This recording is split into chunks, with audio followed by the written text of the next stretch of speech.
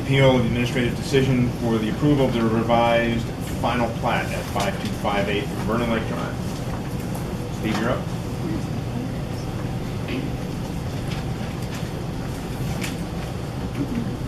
Thank you, Mayor. This request is an appeal of an administrative decision by staff to approve a subdivision request involving lot 17 at Dunwoody Forest. This is a lot split subdivision that would take one lot that's existing and divide it into two buildable lots. The applicant's other information is in your report. I'll try to hit the highlights and then leave other questions if they have. I think the subdivision was originally submitted back in 2013, in process for a few months, and then was approved recently. The plat has not been recorded yet, pending the outcome of this appeal that was filed within the required 30-day limit. You're familiar with the location. We talked about that tonight, which is at the corner of Dunn Ridge Court and Vernon Lake Drive. The property is zoned R100. Minimum lot size in the R100 district is 15,000 square feet. The existing lot exceeds that. Obviously, it's approximately 39,000 square feet, 0.89 acres.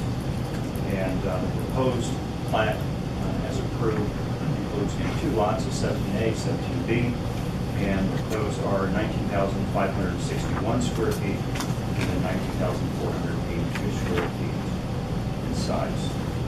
So as drawn, they do comply with the minimum lot size for the current zoning. A subdivision request of this nature by our codes requires a subdivision plat to be processed, and it is a minor subdivision, which allows the applicant for a one lot or really up to three lots. It's the same process. Whether you split one lot into two or two lots into three, no more than three lots is a minor subdivision plat and allows you to go straight to the final plat. Those are all approved administratively by staff according to our code prescribes.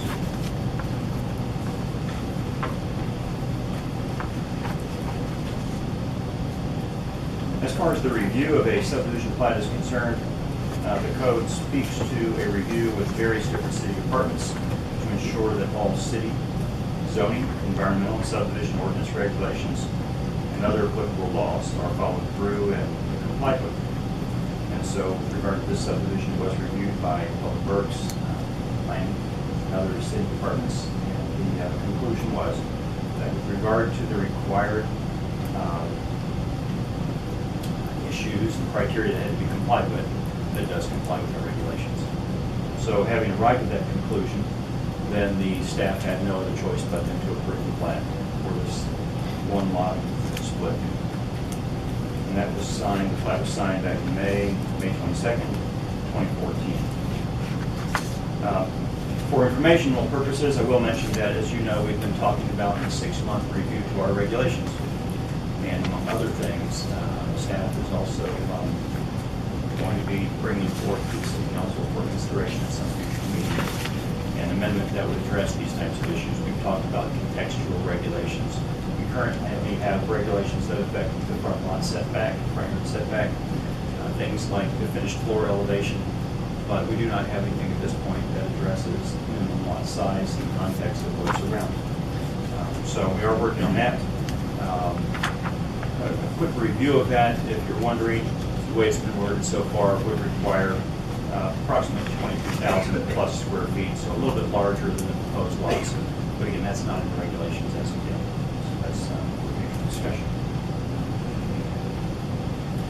Today I did pass out some additional information for you, as well as the letter from the attorney that spoke, I think, a little bit earlier tonight. So you should have all that information.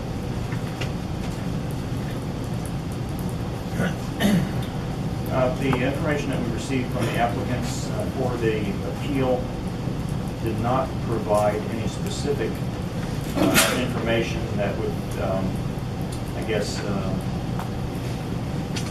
point out any errors in staff's decision on this plat.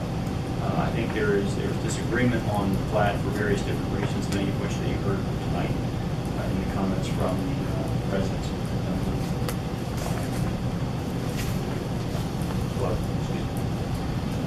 they did not refer to any specific errors on the part of staff in the review with regard to the regulations. Some other information that I provided to you, of course, background-wise, the subdivision was approved in 1969. There were at one point covenants that apparently prohibited the splitting of any lot in subdivision. Those have expired. Of course, as you know, even covenants that would be in place would have to be privately enforced as opposed to enforced by the city. There are approximately, I think there are 508 lots in Dunwoody Club Forest. And the average size is 24,700 square feet, plus or minus. It's a little bit of old information because the lot size has changed a little bit from when you all talked about this back in January. But at that time, staff had done some research and put together some information for you that mentioned that there were 15 lots with less than 16,669 square feet at that time. And of course, this subdivision plat does result in 2 lots that are a little bit over that size.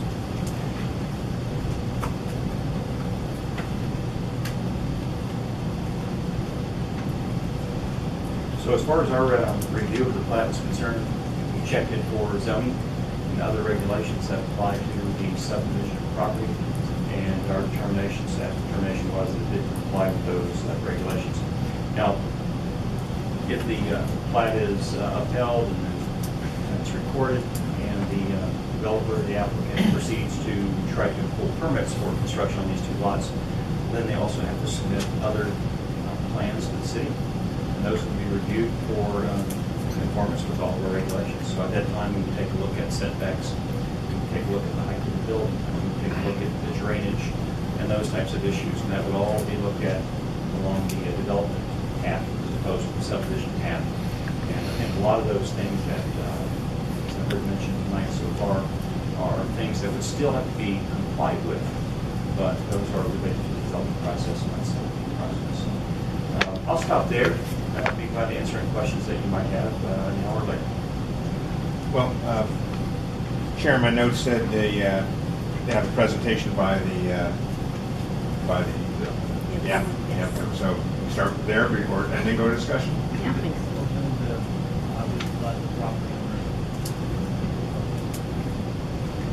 All right, so we'll start off with one of the people on the appeal to come up and say anything they want, and then we'll have the lawyer for the property owner say anything, and then we'll start the discussion up here. So do we have anybody that wants to come up and speak for the applicant? Looks like Erica Harris. So. Well, they're going to come on this. Do we have a time limit on this, Sharon? Oh, please. Are you saying I talk a lot? I'll try to keep it quick. I think we do 10 minutes each, so.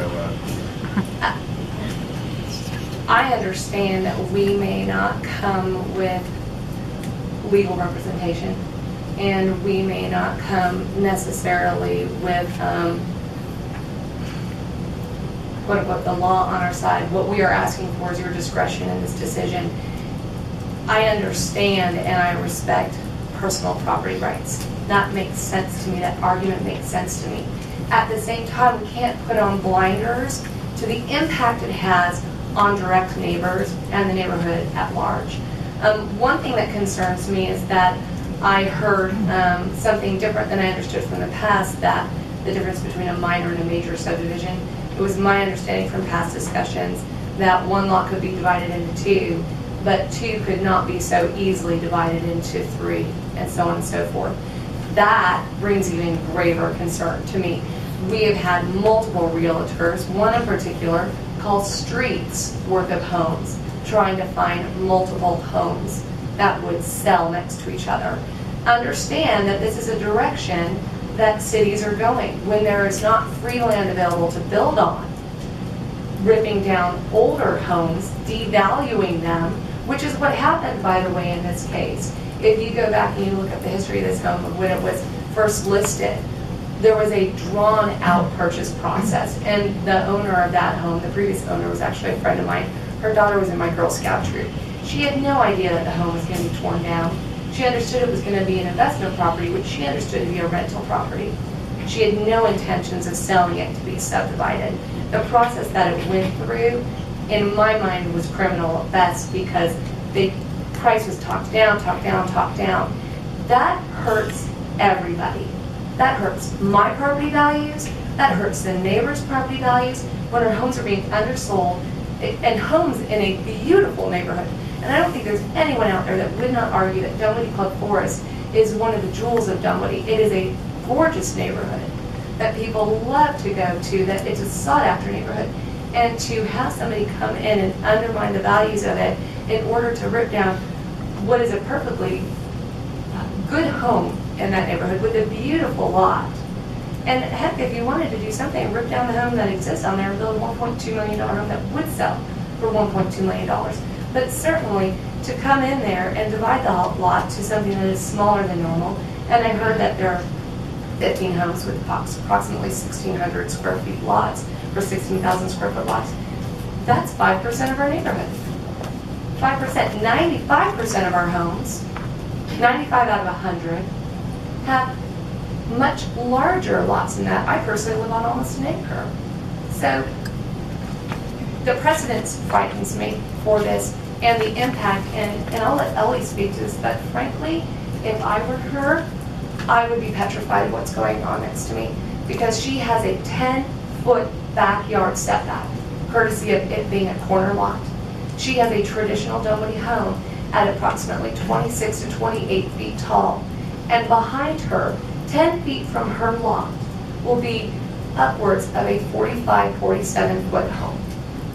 That is a 35-foot, and when I met with Mr. Millen, I asked him if he was going to max out on the height, and he informed myself, and let's see, there were 3 of us at the meeting, Tim Minton, myself, I believe it might have been Ed Hayes at that meeting as well, informed us that he had intended on maxing out on the height. So when you add an unfinished basement to a 35-foot home, it could even be raised up 2 feet from its original height. You have a monstrosity sitting next to Ellie Goodwin's home and sitting next to several others. And I do think it is in our interest and our responsibility to not just protect the developer's rights, but to protect the rights of the neighbors as well, and the people who own property next door. To say that it will not have a negative impact on her value is disingenuous at best, especially when you look at down the street from me, a brand new high-end home that cannot even sell for $800,000. That impacts everybody. We don't have to say, old people have the responsibility to die, and I guess they have the responsibility to let their homes die with them. There's nothing I can do about this except ask to say, it may be legal, but is it moral, is it right, does it, more people are against it than for, by very far. And one house, a mansion, 2-mansion size, one house would fit in with our neighborhood. 2, it does not. And I think that we are not opposed. We understand that homes on our street have been purchased, have been raised, have been rebuilt. And the new homes there are contextually and aesthetically in sync with our neighborhood. They're beautiful homes, but they're one home to one lot. So I think the distinction here is the subdivide, the smaller than normal lots, and the very large homes. So if you are going to respect the setbacks on the front and the side, you're going to have to really push those homes back into the corner to make them as large as they're proposed. The only way you can go is up. So I think, you know, we have very large, potentially towering homes next to ones that are much more normative for our subdivision. Also, I believe to put these 2 homes, to fit them, they're going to have to be very close together. 20 feet is, well, I didn't bring my yardstick. More or less. Perhaps I should have, but more or less the length of your desk. So think about the fact that you're over here, and you're over here, and you're in your bathroom looking out of the corner, and you're in your bathroom over here. You guys are going to have a nice time waving at each other because you're very close, and that is very inconsistent with our neighborhood. And again, I think Erica said it earlier, you know, many of us purchased our homes back in the 90s when those covenants were in place, and we had an expectation as reasonable buyers that those covenants would remain true, that the one. And to quickly add to that, sorry, legislation was passed in 1993 that actually automatically renews covenants, just so you all know. Unfortunately, for us, we were not grandfathered. Oh, that's So I all. just wanted to- And no, I was going to say, well, so we purchased our homes with the expectation that the lots were going to remain the same. So, I mean, I have issues about concerns about the value of my home. So now we have a property that's sold for $450,000. Now it's 2 properties at $225,000.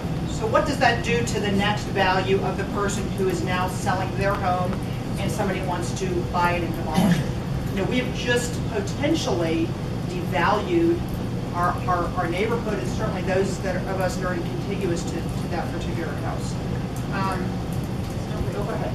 Sorry, I don't have anything else to do. I don't know, maybe. Ladies and gentlemen, my name is Phil Shatzel. I live in Cove Forest. And I just wanted to get a little clarification on the legalities. It's kind of been mentioned about covenants. I also have some property up in Union County. And I think an awful lot of counties in Georgia have stipulations regarding covenants. That's the legalities upon these developments that occur.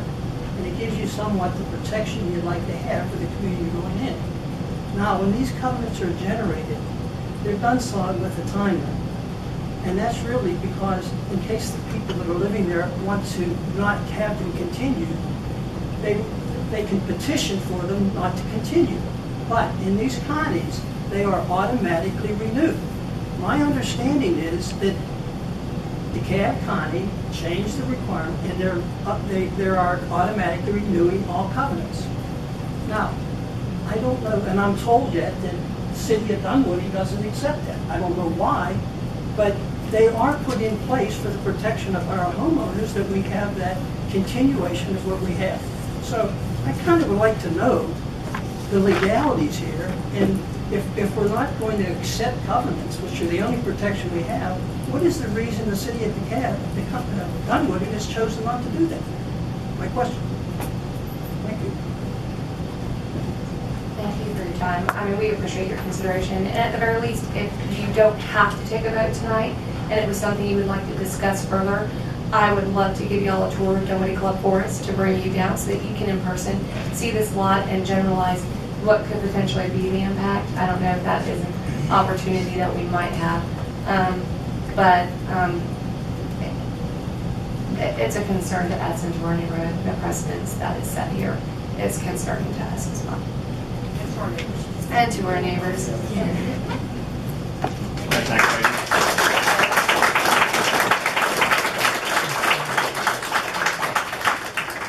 All right, 10 minutes for the other guy.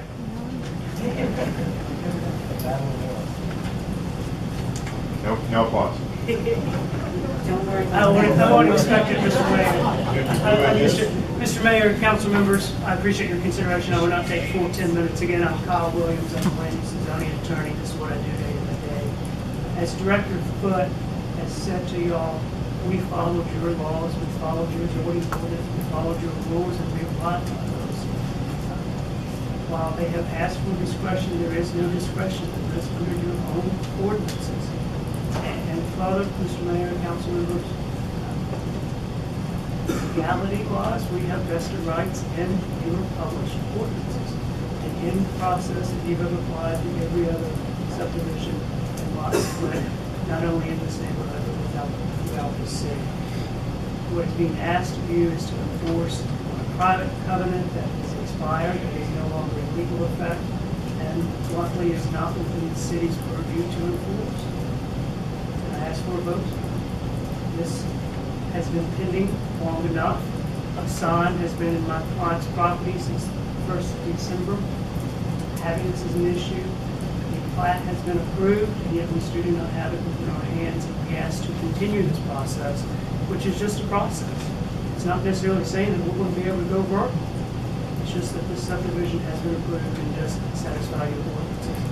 I appreciate your consideration. I appreciate your service to the city and the community. Thank you for your time. All right, thanks.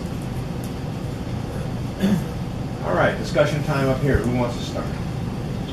John? Thank you, Mr. Mayor.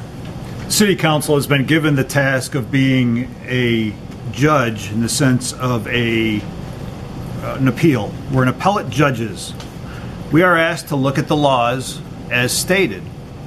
We are asked to judge the city staff to see if they followed all procedures, to make sure it's all within code, city, state, federal code. And I have done my due diligence, as I'm sure my cohorts have done the same. Today, in asking for looking at all the documents, looking at the agenda that we were given, as well as all of the packet, which is online, I noticed that there's a number of documents that I saw that were missing, namely the application for the original subdivision was not given to us. I have not had the ability to go through that document fully to try to figure out what was done and what needed to be done to verify that all policies and procedures of the city have been followed. Therefore, I'm going to, after discussion, I hope that to defer this item.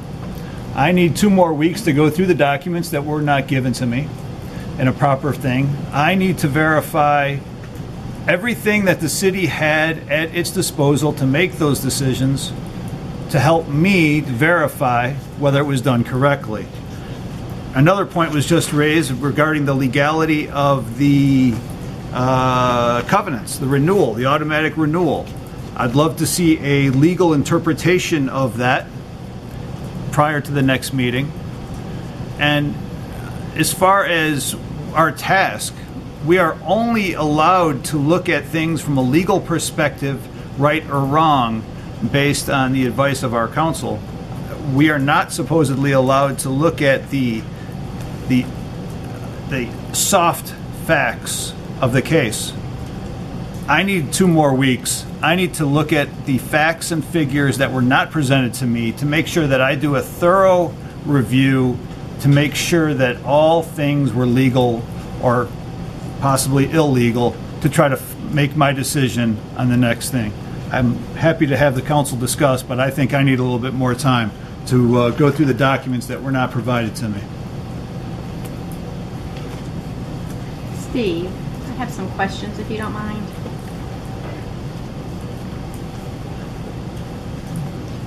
In looking at staff's analysis of the size of the lots, the staff argues that these lots won't be anomalies, at the same time as saying that that only 15 lots are smaller, and only 8 of those are developed. Do you know how many lots there are in the neighborhood? Well, the entire subdivision. Yeah, the subdivision. information I gave you was 500. Right, okay. So I'm struggling to understand, I mean, it's just my interpretation, because to me that would be an anomaly if only 15 of the lots are smaller and only 8 of those lots are developed. And I think the other 7 probably aren't developable. I suspect, because I've seen several of them on the market forever, that they probably can't be built on.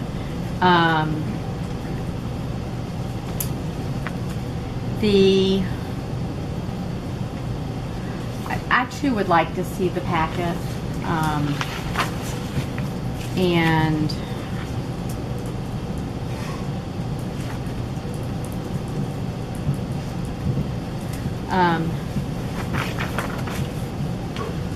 I'm curious, I guess under this particular process, we can't consider drainage and other things. That comes at a different time, right? That comes, if it was approved, if they're allowed to build, it comes under permitting and stuff, correct? Yes, it is. Okay. That's all I have for now. But I do think this lot size is an outlier. I don't think being bigger than only 15, having 15 lots smaller doesn't make it an outlier.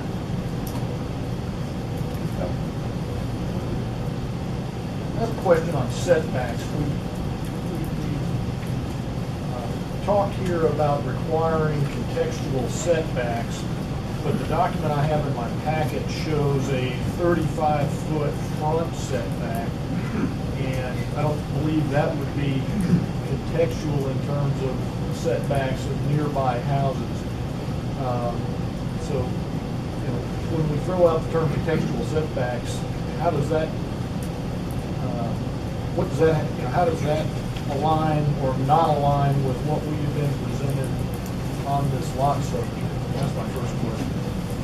Sure, you have several different plans that you were provided with.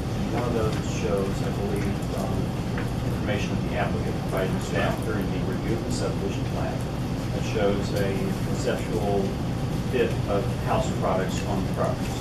And those do show 35-foot front setbacks. Now, that was an earlier rendition, if you will. So the contextual setbacks would, in all likelihood, be much more than 35 feet. It could be 50 feet, so that could increase that. So, you know, the impact on those two house plans that were submitted to us for review, just to make sure they are buildable lots. If those don't fit, we have to pull out another floor plan, another type of plan that would fit. But you could probably in all assure you that it would be a more, the front setback would be more, expanded taken into account the other ones. You know, I'm going to second John's statements. I would like to see some, you know, the additional information he's requested, and you know, I'm also in favor of a 2-week deferral so we can more fully go through that. We didn't have it in advance of this meeting. You know, I think from a bigger picture standpoint, you know, obviously I wasn't, you know, I'm the new kid on the block, and we wasn't around for the you know, on council for the approval of this code. You know, I think we need to have a hard look at this area of the code. You know, is this something we want going on in Dunwoody and having this sort of disruption in our neighborhoods? You know, because we don't, you know, because it's certainly looking to me like we don't have adequate legislation in our codes to protect us from this sort of thing. And while I'm generally, you know, I think there can be many cases where it makes sense. I know of a case where it does make sense that's going on right now over in the Leisure Lake area.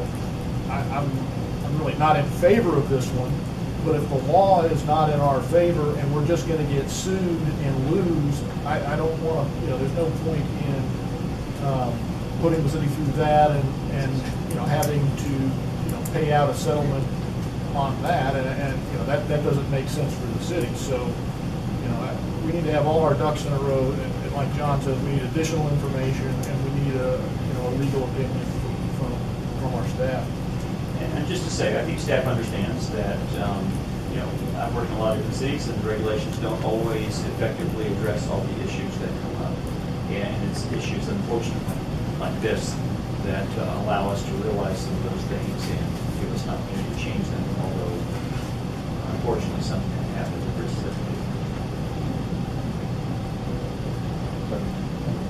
John, you're happy if you want. All right.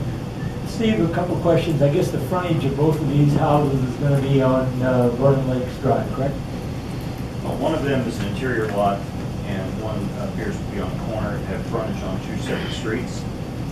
So there would be setbacks at the point of time when a single-family home would be submitted for construction that we would have to take a look at that and determine setbacks for both street frontages. So one is on a corner, it is one lot. Right, I see that. But somewhere along the line, you need 100-foot frontage, correct, for a R100 home? I believe that's right. Okay. Yeah, I think that's not. So I can't read that little tiny writing there. But on Dunwich Court, it doesn't look like there's 100-foot. If I look at the old information that was provided some time ago, I think it says there was 100 and some feet of frontage on that road. And there were 200 and some feet of frontage on the side street. Okay. I think it does have more than 100, yes, sir. I can't read that little tiny writing there.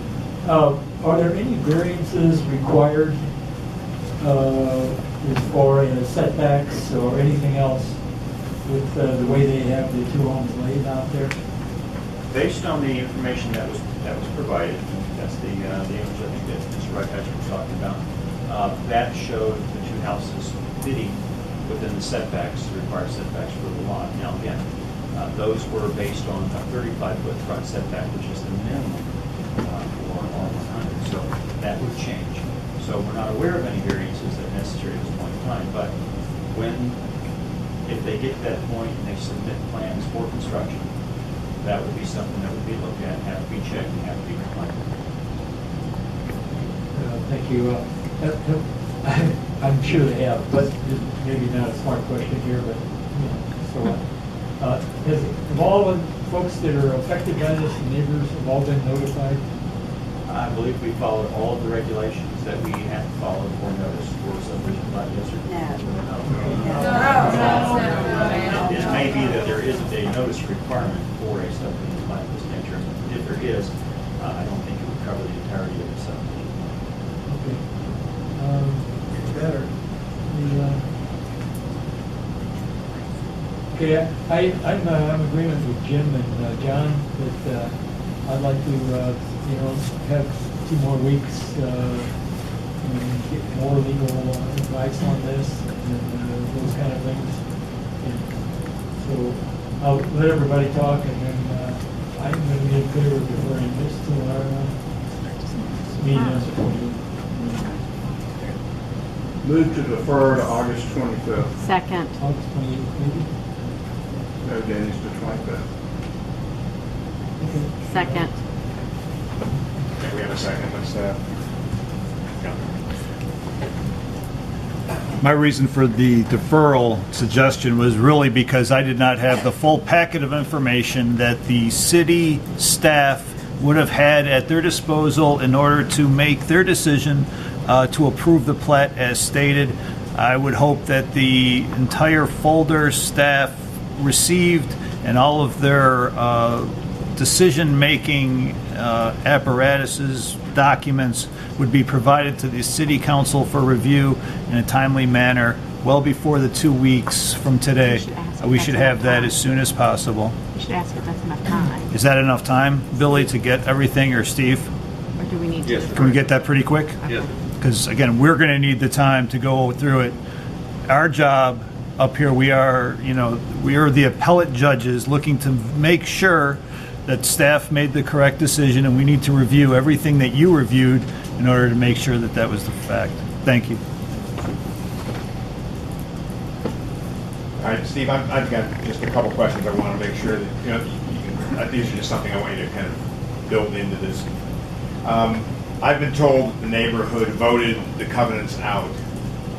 And it didn't just expire. I was told that they were voted out, so I'd like to find out what happened there. Secondly, I'm concerned about, about making this kind of rule for all neighborhoods in Dunwoody, because I can tell you there's a handful of neighborhoods that would kill for this to happen. So I want to be very careful on what we're doing here on a, on a citywide basis. And finally, there's a gentleman in that neighborhood that has 6.4 acres that is looking to subdivide. What happens to him? No, he's not. Yes, he. He's my neighbor. I spoke to him. Actually, we're looking to turn it into a retirement garden. So Okay, he does not well, want to subdivide. He needs the money for retirement, so I don't think he's going to be turning it into a botanical garden. So the question is, how is that affected? So those are questions I have. But I'm all in favor of deferring this because I don't think we have any answers either. But I'm concerned about the things that I've heard and what's going on. And I'm in favor of moving forward today. But if we do defer, if legal can give us an opinion on whether covenants are enforced by the property owners or whether they're enforced by the government, because if legal staff is of the opinion that these covenants are enforced by the property owners, then if there's a violation of the covenants, then we have a lot of neighbors that can enforce those covenants privately, and it may be, again, I'm a lawyer, but I'm not a lawyer to anybody in this room or the city, that those covenants may need to be enforced by the private property owners and not by the city, but I'm sure our able legal staff. And I concur in that, and I will still provide you a written memorandum, and we'll look into anything that the county's passed as well to see if something exists on that. All right, we have a second to defer. Any more discussion? All in favor, say aye. Aye. Anybody against? Nay.